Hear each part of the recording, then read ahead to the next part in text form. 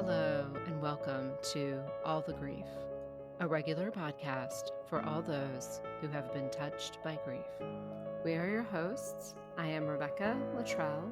And I'm Andrea Giron-Mathern. We are two friends, a therapist and a social scientist, both highly sensitive fellow grievers, here to share our hearts as we talk about all the grief. Good morning, Rebecca. Good morning, Andrea. It's so great to see you. Thank you. It's good to see you too. Even though we got to see each other yesterday and have IRL coffee. That was awesome. How is your heart today? My heart is, I'm in this kind of floaty emotional space. So my friend has made a decision to travel into the jungle and do healing, and sent an email and said, we want people to come with us and we will pay for you to go. Everything in the soul of Rebecca on this planet and this lifetime is like, fuck yes, I want to go to the jungle for 20 days and speak with a master healer and do all the things. And everything in the logical fucking world is like, you can't do this right now. You can't leave your daughter for that long. You can't not work for that long. Like, it doesn't mean that I have a definitive answer. It's that I'm really wrestling with which wolf am I feeding? And so that's really what's in my heart. I'm going to throw some Rami at the fucking go wolf, but that's just what I'm going to do. I feel like you and our guest would both do that. And don't know that I have a lot of friends who wouldn't say to do that. Fucking the others should work out. I know. Including your daughter being like, tell me all about it when you come home. Exactly. She's an adventurer in her heart. And you walk out of the jungle enlightened, is what they say, and potentially healed from shit. You're not going to come back and be like, I sure wish I hadn't done that. I might. What? I'm good at complaining. I know, but I have faith that you would come out and be like, all is well. Yeah. Okay. Thank you. Yeah, so that's where my heart is. What about you, Andrea? Where are you this morning? My heart feels really grounded, and I don't know that I've ever felt that way. The world does not feel right. The world is fucked up and upside down. But my little piece of the world, my journey, what I'm supposed to be doing, what the world thinks I'm supposed to be doing, kind of reconciling and living in like, I don't fucking care what the world thinks I should be doing because I really do know what I should be doing. I feel like so rooted in that and so at peace with that. And it makes me at peace with all the other things because all the other things are also what I should be doing. So it's letting go of the Andrea performer, Andrea doing what Andrea is supposed to do. Like, it's been such a process in the last year and a half to let go of her and thank her for all the hard work she did and being like, now you can rest for literally the rest of my life, please. Has been such a journey. And I just feel like the last week has been so fucking solid. Yeah. So I feel really grounded. That's how my heart feels, which is not a way my heart usually feels. I love hearing that because it just made my heart really happy. Well, because part of what I'm supposed to be doing is talking to you, which I love. I know. That's why my heart's happy. Talking to you. And I'm so excited. We have Alma McKinley. Rebecca and I had gotten our hands on an early copy of a beautiful book, The Shape of Me, A Breast Cancer Odyssey. And now it is published and available for you all to also read. So I'm going to read you just a blurb that tells you a little bit more about her book. So here we go. 6 days before Christmas, Alma McKinley woke up and her breasts were gone. What started as a lump positive for cancer and likely a lumpectomy turned into a bilateral mastectomy, a form of amputation in a matter of days. Not easy for any woman in the best of circumstances. In Alma's case, before her diagnosis, her marriage was suffering, her past traumas had resurfaced, and she had chosen to work with the most difficult of therapists on her issues with men, a sexy South American wilderness therapist. With her surgery date confirmed, she had 5 weeks until her life and body would change forever. She decided to write it all down. She allowed the telling of her story to take her where she needed to go, through her closest kept secrets and fears to her worst shame, and ultimately to her greatest act of love. Would it be worth it on the other side? Let's find out. So without further ado, I'd love to welcome to All the Grief podcast, Alma McKinley. Hi. Welcome, Alma. Hi. Hi. Thank you for having me. I'm a Gemini, I'm a talker, so I'm super excited to talk. I don't know if we've said it, but I'm also a Gemini. Yeah, you can tell why. Alma and I vibe. I love my talkers. Even given how absolutely surreal it is that we're talking about a book that I wrote. People can buy it. And smell it. Flip through the pages. Yes. Dog ear them or download and highlight, whatever. Mine is highlighted. Mine is highlighted. Oh, yeah. I love this book. And congratulations. Thank you. And launching a book. I've heard it likened to sort of launching a child into the world, that you spend so much time with it and nurture it and do all these things. And then you have to let it go and just see how it's received. I'm wondering what the experience has been like for you. So grateful for the question, because that actually framed it for me. I have been so consumed with the doing of the details because I'm all of it. I'm the author, I'm the publisher. I wear all these hats. Mm-hmm. So it's almost like, if I were to continue your analogy, it'd be like asking the uterus, how do you feel about, letting go of this thing? And the uterus is like, well, I've been working this entire time. I don't even, there's no thought to that because I have to do the next step, which is push it out. Right. Yeah. So it's a lot. And so when you asked it, I got emotional, and I'm emotional about freaking everything right now, but that really hit with me. And also I immediately put a hand up to say, nope, we are not even having that conversation.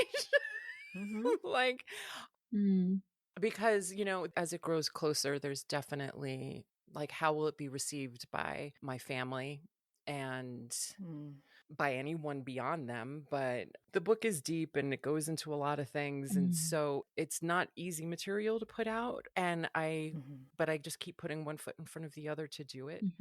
I'm sure that makes so much sense. When there's something that's so personal and it's so clearly was so part of your healing journey, not just once you get your hands on this, listeners, to read this book, it's not just the journey of healing from breast cancer. It was the healing of childhood trauma. It was the healing of, how you were able to be there or not be there for your father in his own cancer journey. It was the healing of yourself, like in this really holistic way. So I can imagine just having to have a to-do list to get this out there, because there would be so many moments where it's just so vulnerable. It's so beautiful. I mean, I think that's why readers will connect to it, is it is so raw and honest. And knowing you, I can hear you in my head when I'm reading it on the paper. Like, it is so fully you. So I just want to echo Rebecca and just congratulating you. And I'm so,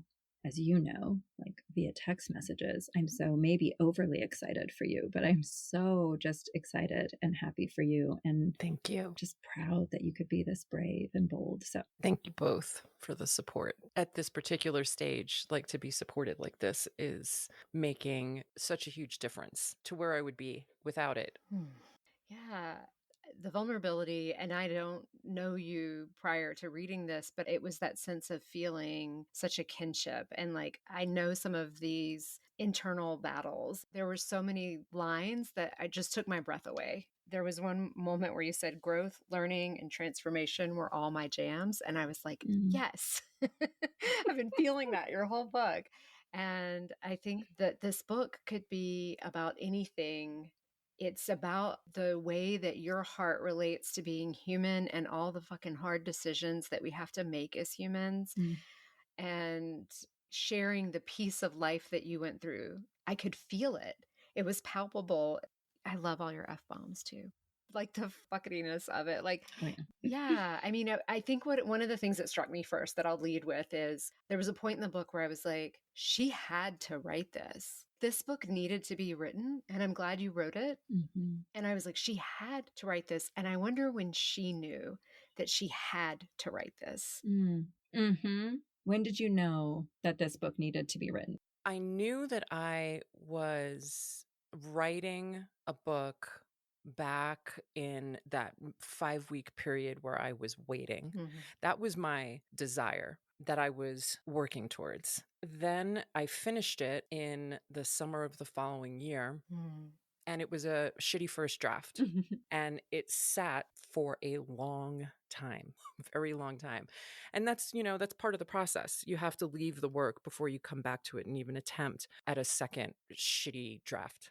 And when 2023 came along, so I had taken other stabs at it because so much had changed. What I had ended in 2019 just wasn't it anymore.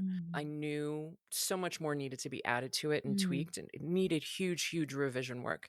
And, coming up on the 5-year mark of my diagnosis and post treatment that I had, I'm turning 50 this year. I know I'm a born writer, Mm. and like it was really a thorn in my side at this point that I didn't have a Mm. book because I just knew this was like my life's quest. Yes.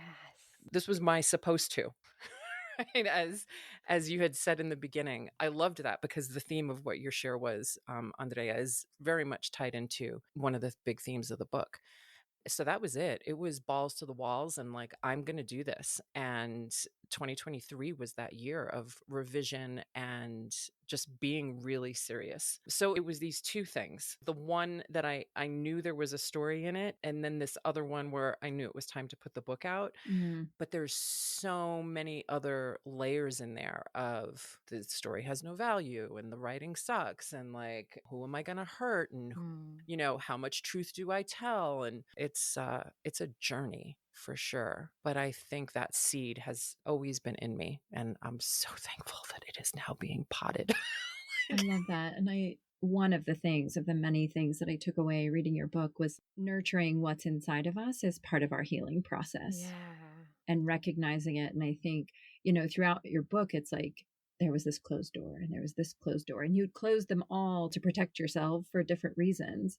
And this was just such a process of like opening every single door. And even the process of writing about it was like opening one of those doors that you had closed very early. You had closed it. Like you said, that you were a born storyteller, you were a born writer, but you closed the door and became a pharmacist. And it's not that you can't be both, but you had closed it to be more fully one thing. So it was just such a beautiful reminder to sort of nurture what's within us. Mm. Yeah, I think a lot of what I put into it and why, and this is probably one of those hidden things, I don't know if I really like spell it out, is to just have that courage to face the thing that we have closed off for the sake of something else.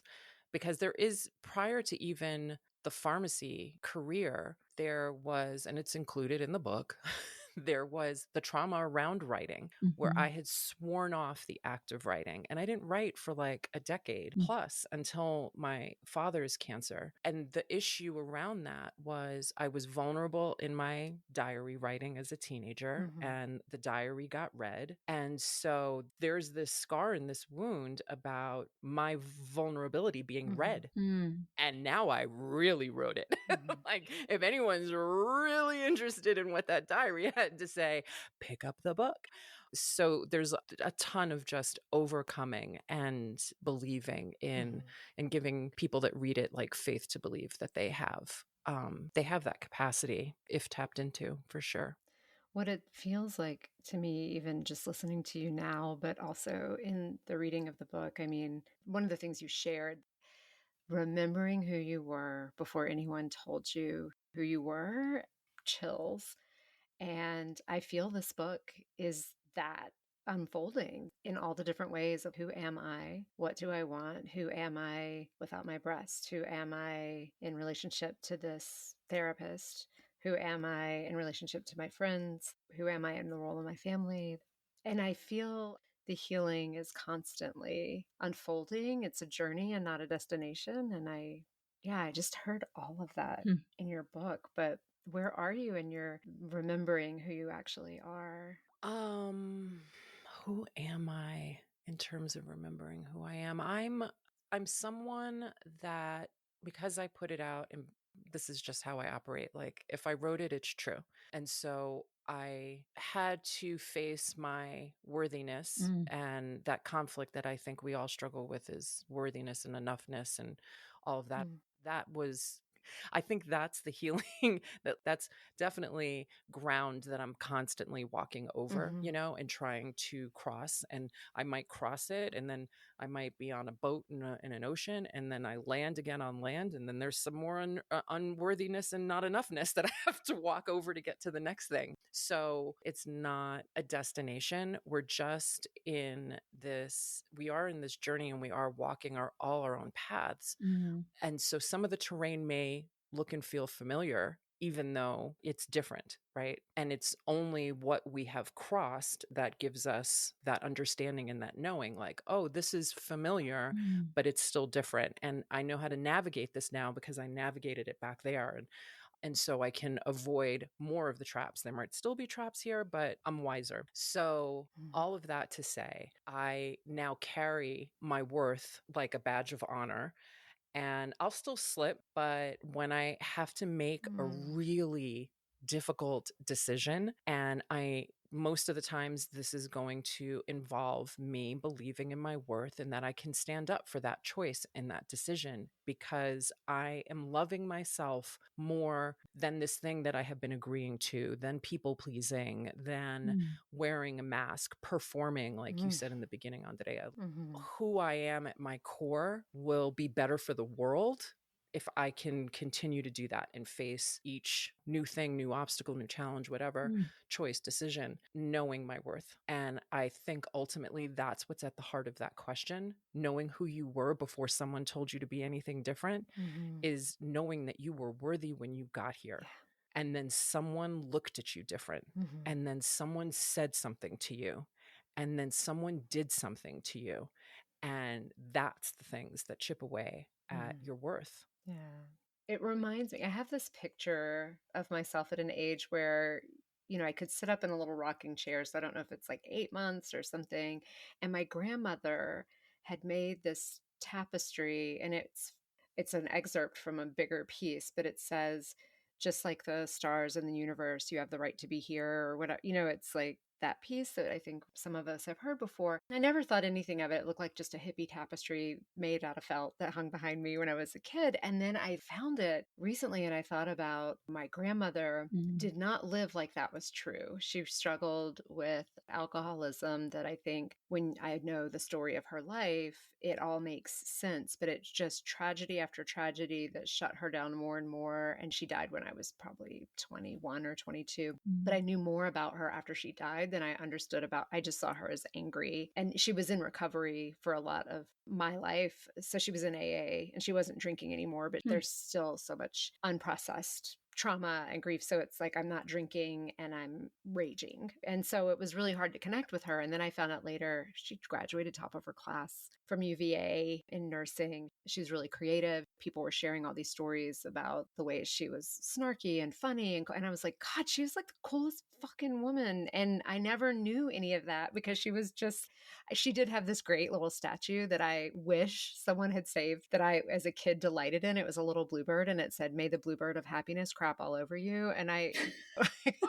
feel like I definitely get some of my snark from her, but it was just like there was nothing fun about her by the time Mm. I was growing up.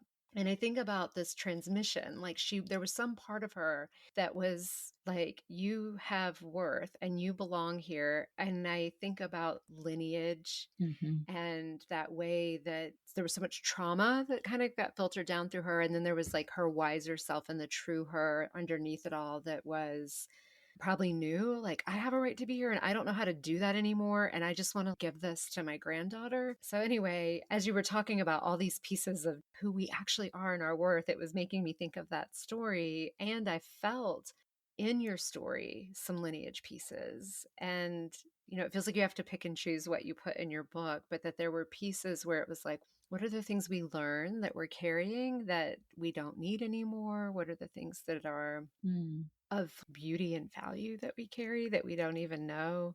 And I appreciated your sort of diving into some of the lineage pieces around even just finding Maeve. Mhm. And maybe share a little bit about what the journey through lineage was like for you as you were writing this book.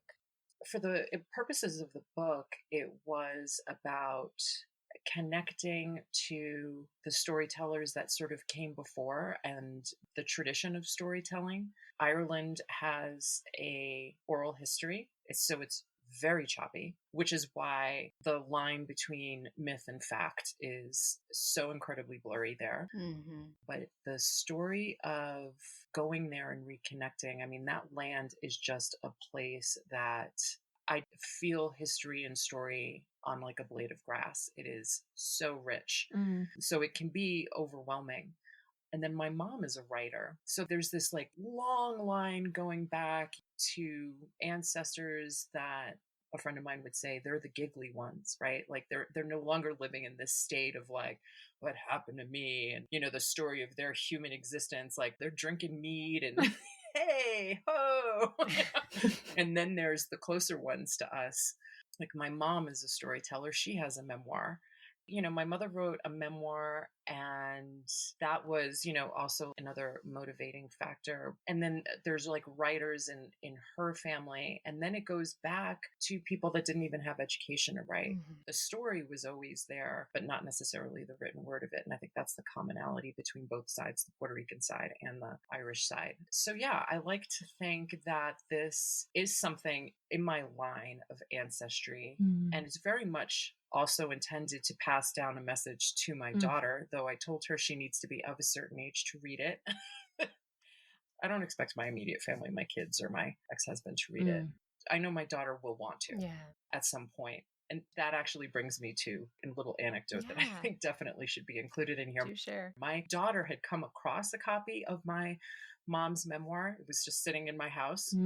And my daughter has no consciousness about that ever happening, that she wrote a book. Yeah. And there's books everywhere in my house. But one day she sees it and she recognizes her Nana's name as the author on it. And she doesn't remember the story. My daughter doesn't. She picks up the book and she comes to me offended. Her little airy self holds the book up and she goes, "Who gave Nana this superpower?" Oh, wow. And that was also a defining moment in like, oh, that shitty first draft is going to be something, because my daughter needs to know that I have that. Yeah. She more than likely has that, because she was like obsessed with the letters and the writing too. It's so interesting to see the similarities between us. That's beautiful. I think a lot about that, about how, in defense of our parents doing their best and the resources and expectations available while they were growing up and raising children, I can recognize that they were wanting what was best for us. Like, you becoming a pharmacist was a path out of the Bronx. Like, it was a path to an ideal adult life that they wanted for you, that was safe and supported and resourced. And I understand that resonated so much with what my parents wanted for me. I would laugh, like not the good kind of laugh, like the sarcastic laugh with my husband when I was sort of coming through my total fucking breakdown. And I was like, they wanted me to be safe. If Andrea was financially stable, and in order to do that, I needed to, be educationally successful and have a good, stable job, then I would be safe. And hopefully I would be happy. And I think in being safe and secure, she'll be happy. And flipping that on its head and like, I'm going to be happy. And there's so much safety in being fully myself and happy. And Rebecca and I have talked about this before. That does not mean happy all the time. That means in full embrace of the human experience, which is all the things every day, sometimes every minute. But to go back and find who you are at your core, who that little girl was, those hidden gems of who we are through our lineage. So mine has been music. I had no idea. I was always brought up that music was to make me better at math. You're going to learn to play piano, so you'll be better at math. And I think it worked. I'm fucking great at math. But then as an adult, I started exploring music just for fun. And I could pick up the guitar and I could be pretty decent at guitar very quickly. And then I wanted to learn the drums. And I'm pretty fucking good at the drums in not a lot of time. And then I come to find out my family on one side were traveling musicians and on the other side were musicians. But my parents weren't going to tell me that, because God forbid I became a fucking professional musician. Just like God forbid you try to become a professional author. So it's interesting to see what was buried in the hope that we become something more. And yet some of us do that and then uncover wait, maybe we were supposed to be this other thing. I love that. Well, and I think why I bring it up is listening to you, not just come full circle with yourself, but then doing it with intention so that your daughter has that door as an option. And I feel like when I think about my job as a parent, I think about my job is to fucking untangle as much of my shit as I can so that they can see a world of possibilities and that I can feel confident, even though it's scary as hell, like that they're going to choose their path. That's fucking scary. I'm like, can you just tell me what the path is so that, I can research it and make sure, make sure that's a safe one.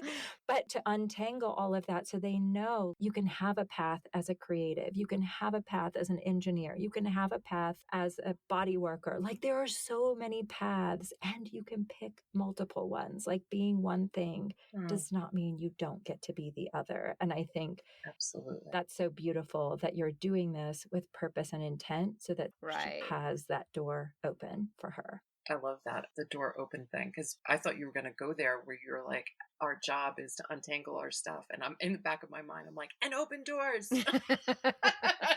Right. Open all the doors, all the windows, all the escape hatches. The secret passageways. I mean, that's sort of the phrase around the remembering who you were before anyone told you. I have held this piece with my daughter that I feel like my job, I mean, there's all these jobs as a parent. You want to keep them safe. You want to make sure they're getting enough food, whatever. But I was like, my primary job is not getting in the way of her being herself. And that feels important. So I think that's the open door. I love that. I love that. I think there's so much healing for everyone in that. The other thing that stuck with me as I was reading the book, so obviously we asked you on the podcast before we even read the book, but I was so taken with how many times you stated it was grief and that you were grieving. Yes.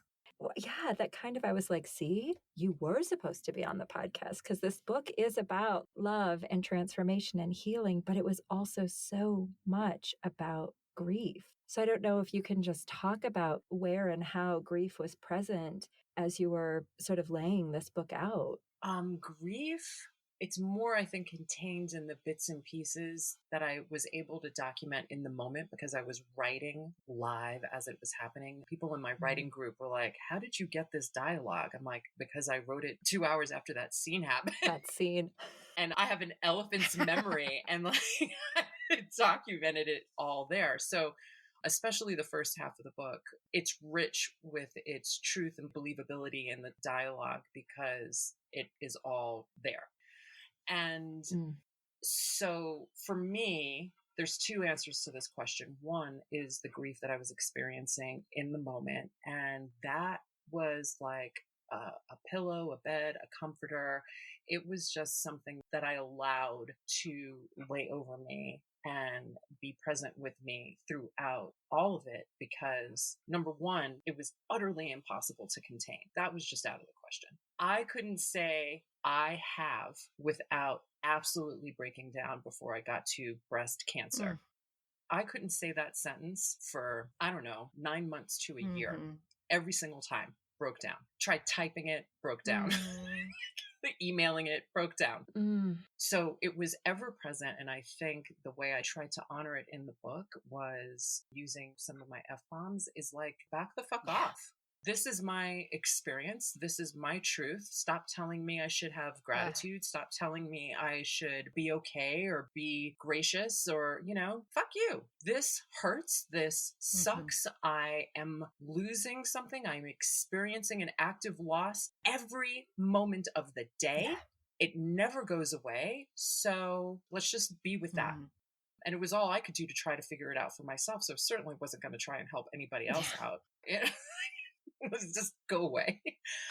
So there was that piece. And now there's this editing and revision piece. So I told you I hadn't touched this material in a long time.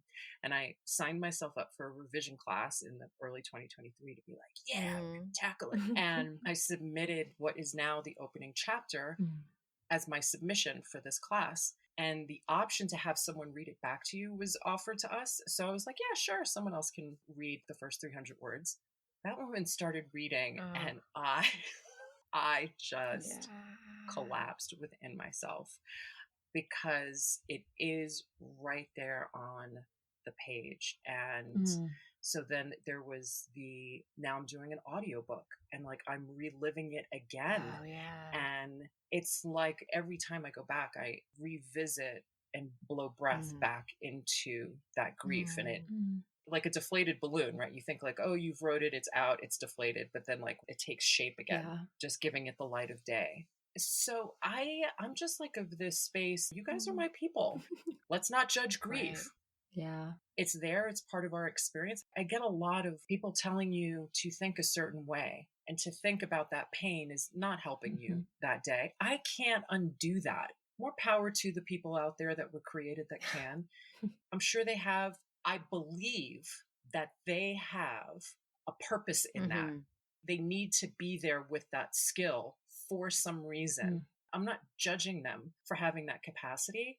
Just don't make that mine. Can we just like all keep what's ours? And like, I like to keep my sadness close to me because it's like a warm cup of coffee. Sometimes like my favorite days are like what you had this morning, this like fog, chill kind of a thing. But my sister, for instance, is like beaches and palm trees, all the beaches and palm trees. And if you throw a cloud in the sky, you have absolutely offended her. But I love that.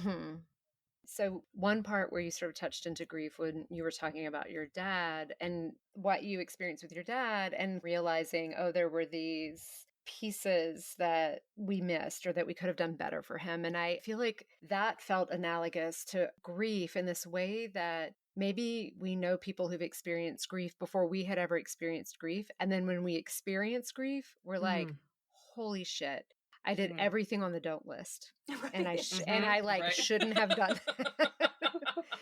I'm ashamed, and I will never show up that way again. And I think that that's the gift of us being people who are like, no, I will snuggle my sadness, because when people are in their sadness, they don't want to hear the palm trees and the beach. Like you talked about the phone call with your sister, and I was like, man, I've had those phone calls where it's just like, that's your Venus and Taurus, and like, you're good, it's going to be fine. It's just a little thing. And it's like, that's not how I feel like relating to this right now.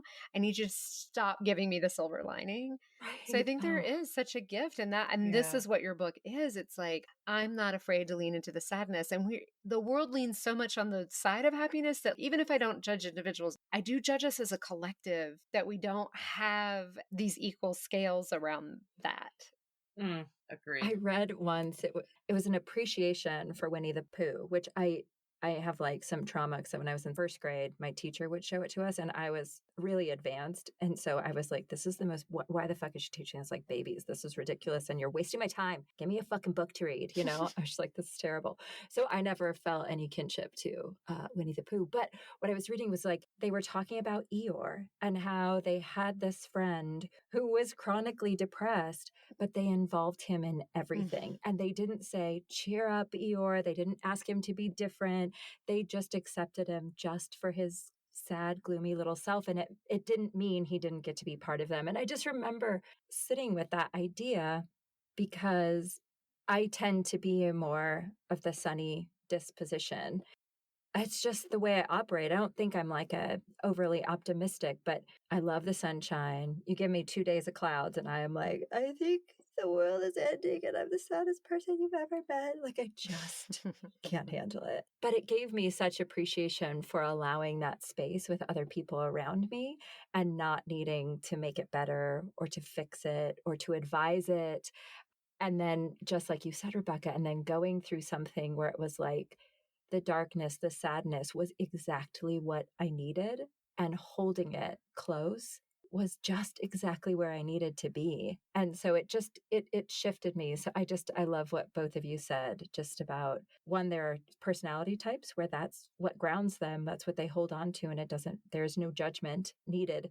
And then there are also times when we are in our grief where our sadness is what grounds us. It's like, oh, right, this is fucking sad. This is how I can feel this way.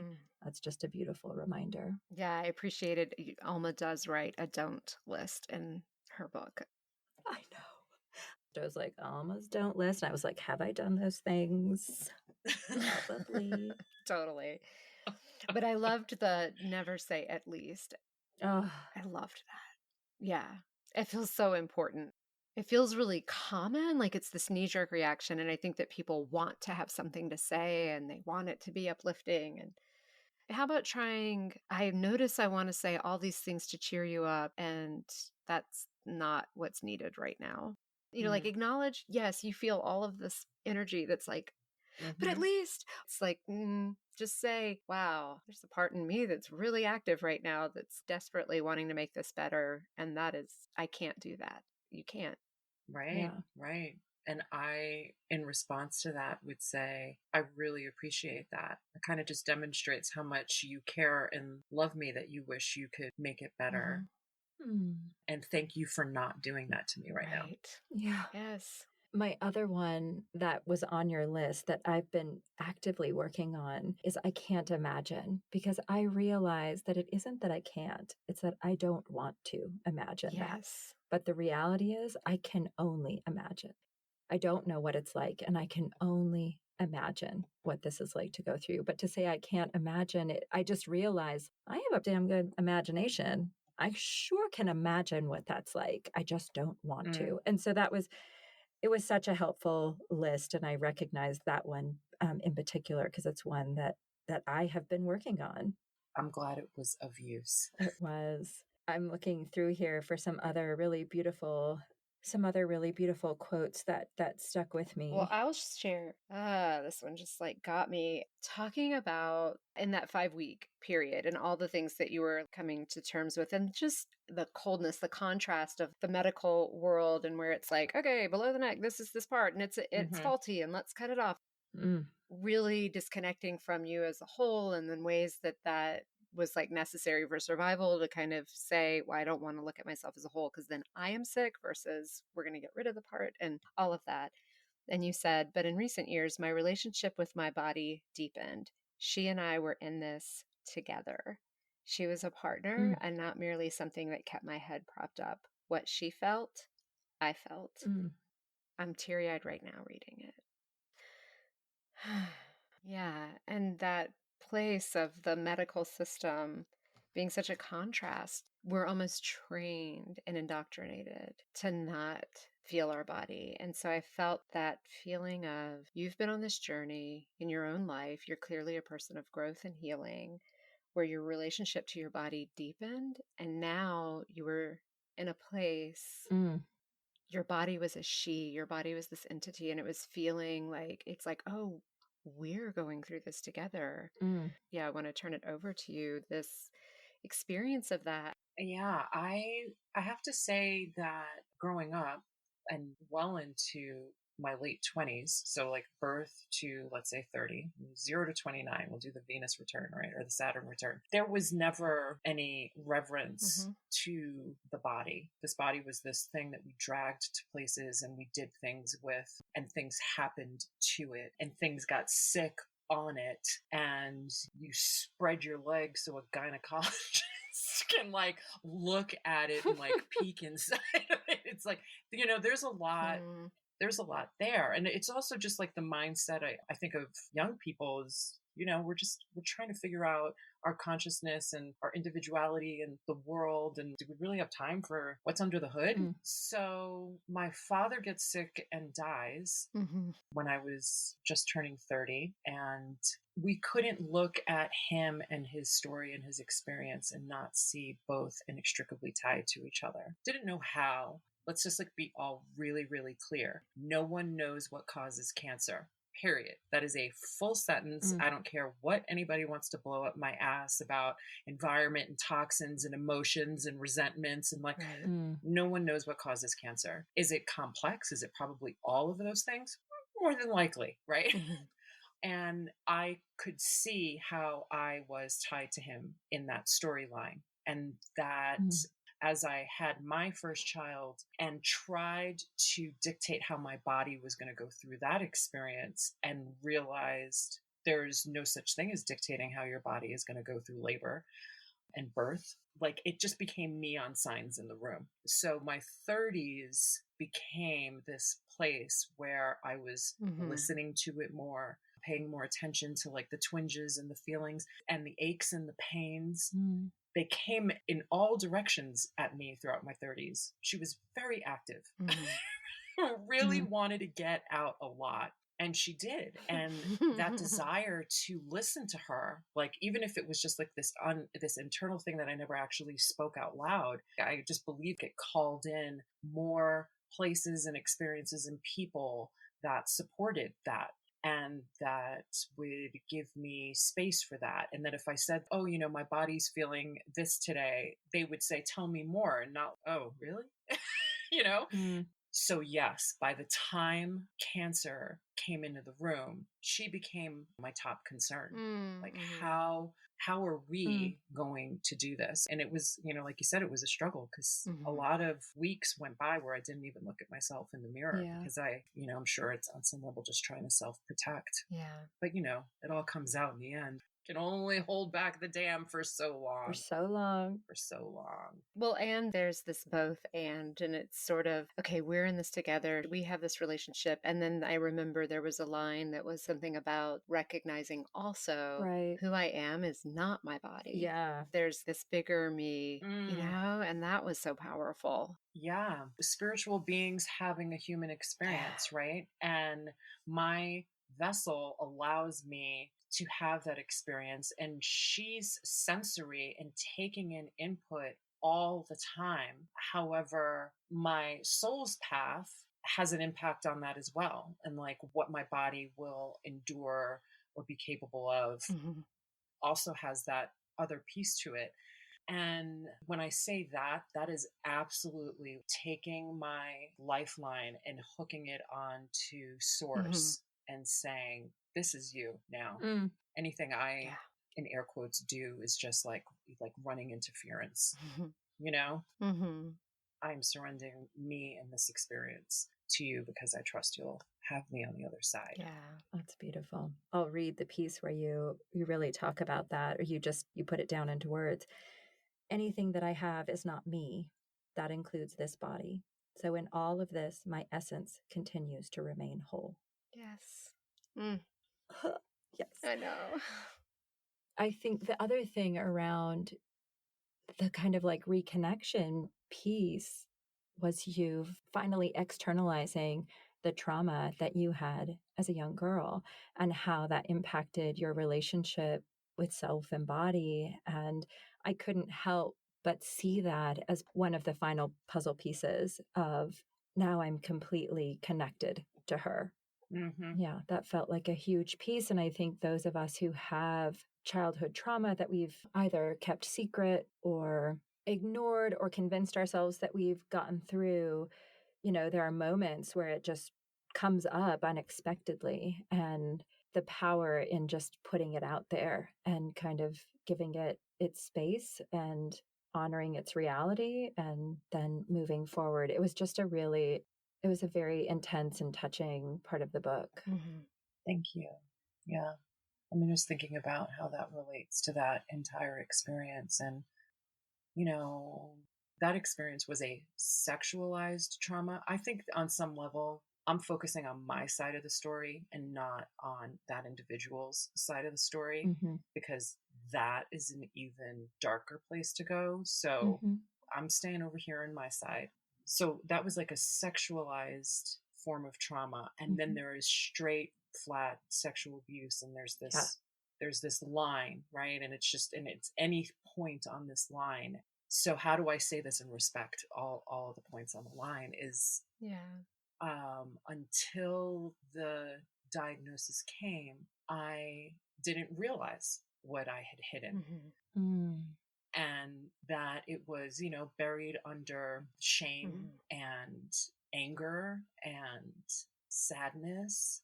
And those emotions are on every point of the line, right? So I can relate to it, which is what I love about your emotional realm and empathy. I don't need to have had experienced that ultimate on that line, but I can feel the anger, the shame, and resentment about parts of yourself that you internalize. And when I remembered it, if it was a different body part, would I have had the same intensity of reaction? I have no idea. But there again, it was like a divine thing. I can't come up with how that came at the time that it came. But when you're losing a person, if you're knowingly, like I knew my father was going to pass, he was on hospice, I think you try to just like put your best forward and give them comfort and love and whatever you can in that moment, and in attempts that they leave somewhat at peace. And so it listen, am I mad that it had to be part of the story? Still, yes, Of legit. course. I hate fucking reading it. I hate fucking editing it. I hate every fucking thing about it. But it's there and it's true, and it needs to be there in order for me to have let these body parts go with as much acknowledgement and honoring as I possibly could. Yeah. I didn't want to rob them of anything. I don't even know where this logic and thought this, to me right now, saying this to you is like sounds insane. But I just wanted to be super intentional about that experience, because I thought if I did, here's where my therapist, his words are in my head, it helped me feel less helpless in that situation. And your sense of helplessness in a situation is what causes trauma. Yes. And so it was a way of like reclaiming power and diminishing that I am helpless against the fact that I have this diagnosis and I have to have this amputation. Definitely. And I think in the book, I mean, you talk about it with Rue, you talk about it, until you finally tell the story and to whom you're telling the story and just all of it. And I think it plays into this idea that because our grief, because our trauma isn't the worst possible, because your cancer wasn't the worst breast cancer possible, that it's not worthy of grief, that it's not worthy of support, that it's not worthy of. And I think part of what we try to do through this podcast is like, your grief is yours and it deserves space and it deserves your attention and it deserves to be seen and heard. And that's what I got from that, was just a reminder that nope, that wasn't the worst thing that could have happened to your little girl body, but that doesn't make it not a traumatic event. And we don't need to be in comparison with one another. And so I don't know, for me, it just helped to continue to open up that space for people to say, it doesn't have to be the worst case scenario to be worthy, back to your worthiness, to be worthy of attention and support and love and grief. Thank you. Yeah, and what I hear is you're sharing, okay, you wrote this book, and then I think when people read something, they have all these projections. Oh, you've healed and everything's great now, and you've said the story, and now it doesn't bother you anymore. That there's like a realness to, we hold our stories from shame, like you keep naming. There's this shame piece, these stories where we're like, was that my fault? Did I do something wrong? It's like shame, and I can't possibly speak it. We start to speak it, to be able to integrate it, be able to let a little bit of the shame start to fall off of us, to maybe just bring the shame to light. Look, I feel completely ashamed about this. And I'm just going to say, this is what happened. And this is fucking painful to tell you this. It doesn't mean that then we're like, oh, nah, look at that. I can just tell the story forever now. It'll never hurt again. Right. That there are layers of that process, but that's starting to shed light on it. We feel that weight start to lighten a little bit each time. And so now you're like, okay, now I'm going to put this book. Holy fuck, all of the world's going to read my diary.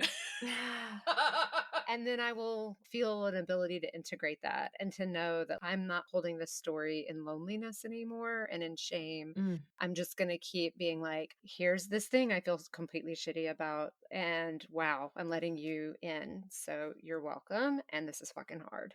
Yeah, it's like, this is hard. Choosing growth is hard. Fuck. Oh my God. Put it on a fucking hat. Choosing growth is hard. Jesus Christ. It is.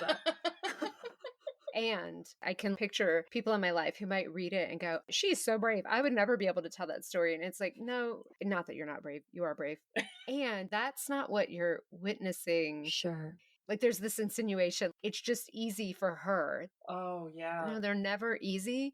But the desire to be free is so much bigger than not doing the thing that's fucking hard. Right. Right.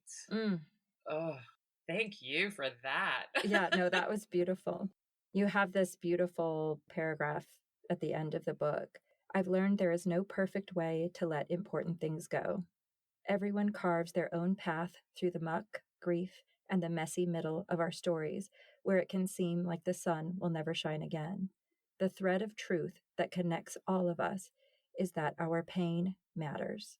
It transforms us. We are better, more compassionate human beings each time we figure out our way to the other side. Whew, that's so beautiful. I love you. Oh, I love you. Whew. Yeah, this is a powerful, powerful book, Alma. And I hear as you're sharing this process of the inner critic that comes in, I was like, are you worthy? Are you sure?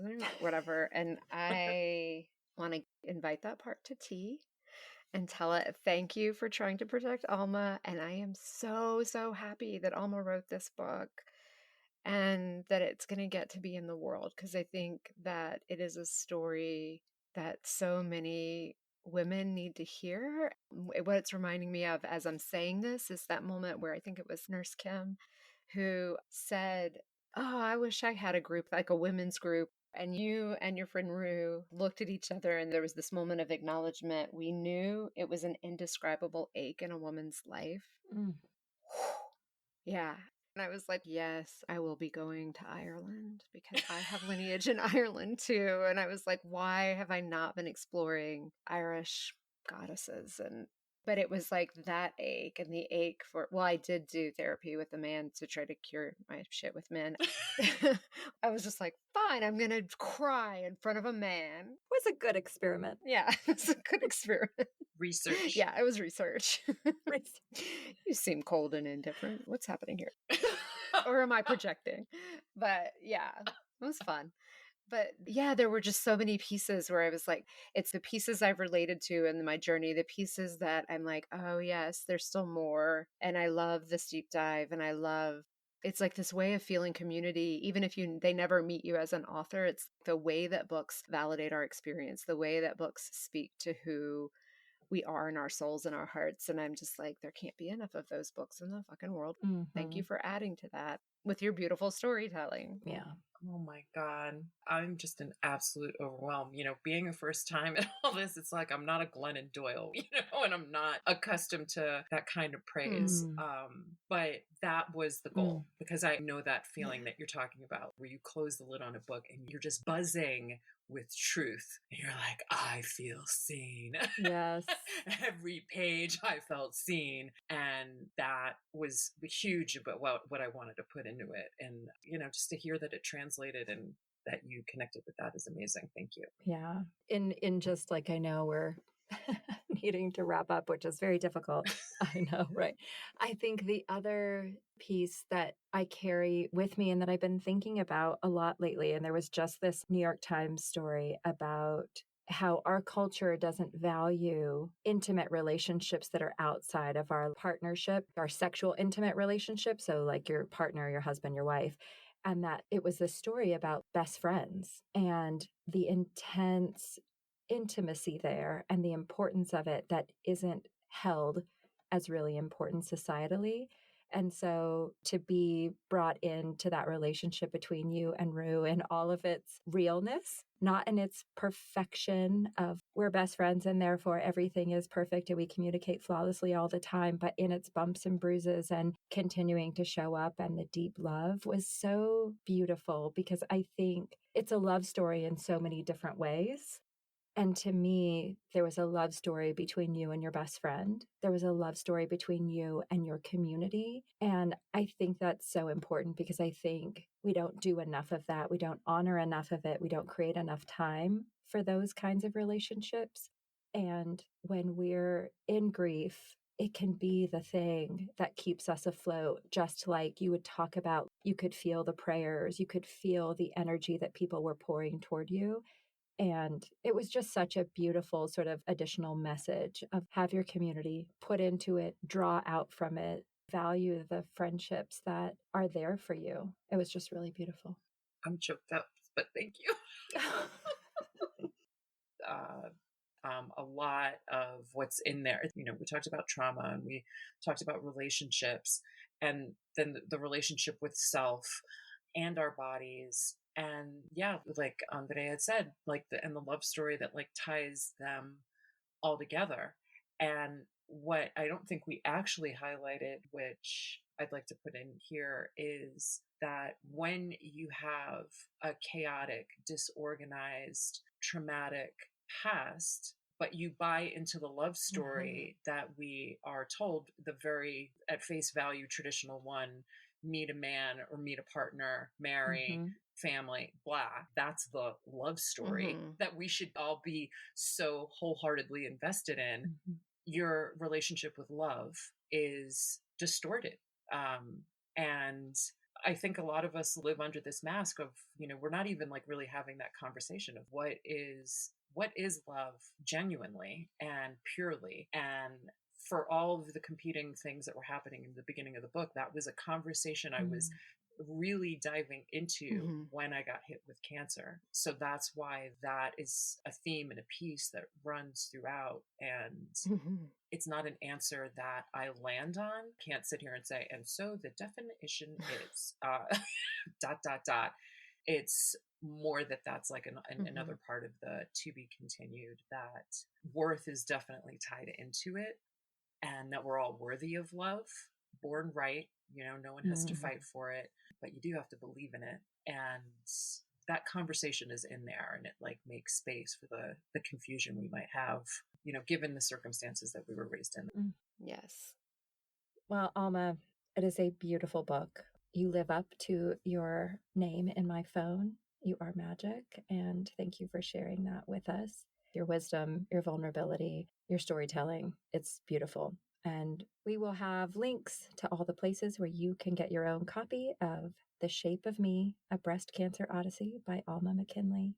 Before we head out, we will do our traditional closeout. So, how are you touching into your grief this week?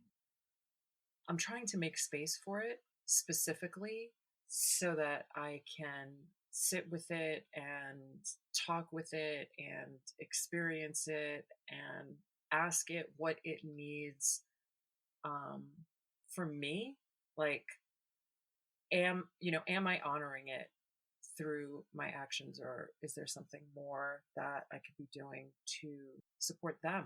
They are full of their own experience, and it's a relationship, and I just want to make sure that we're still connected. Did you say who they were? They is grief. Okay. Yeah. Andrea. It's so interesting. I was feverishly rereading the book in preparation for the interview, and it was helping me to connect with some of my own grief around body and traumas. And it was all the things, it was sad and it was painful and it was beautiful. And so one day I was walking and I just like get into like a rhythm, of your feet on the ground. And I just kept saying, nothing was your fault. Nothing was your fault. And just a reminder, it's like something I knew, but as the grief sort of welled up within me, I just needed to take an hour to walk through my neighborhood and say that over and over again to myself. And I felt like a different person on the other side of it. So, yeah. How about you, Rebecca? Yeah, I think similarly, reading the book this week, the piece of grief that was coming up for me as I was reading it is a disconnection from ways of living that had more connection with the natural world, with spirit, with all of those things, and how sometimes it's not enough to just say, oh, I would like to reconnect with that I feel this grief about how much work it takes, how much intentionality it takes, how much time that it takes to really say, I want to dive deeply into this and I want to understand where I really come from. And it's like a mix. I feel some excitement to just be like, okay, cool. Now I have a project. I can start looking stuff up and learn all these things. But I'm like, oh, I just feel grief that I didn't grow up with that. I have to go searching for that, and I have to make space and time for that. Trying to hold both. This is the world that we're in, but feeling some grief for what I don't know and what I hope to know. Grief and longing. Yeah. That's beautiful. Well, thank you both. Thank you, listeners. Thank you again, Alma. Yes, thank you, Alma. Thank you so much for having me. This was fantastic. All right. Love to both of you. Thank you for listening to this episode of All the Grief. You can find us on Instagram at All the Grief Pod. And please take a moment to rate our podcast and share us with your friends. We'd love to keep expanding our reach to all the people who could benefit from conversations on grief. Take care.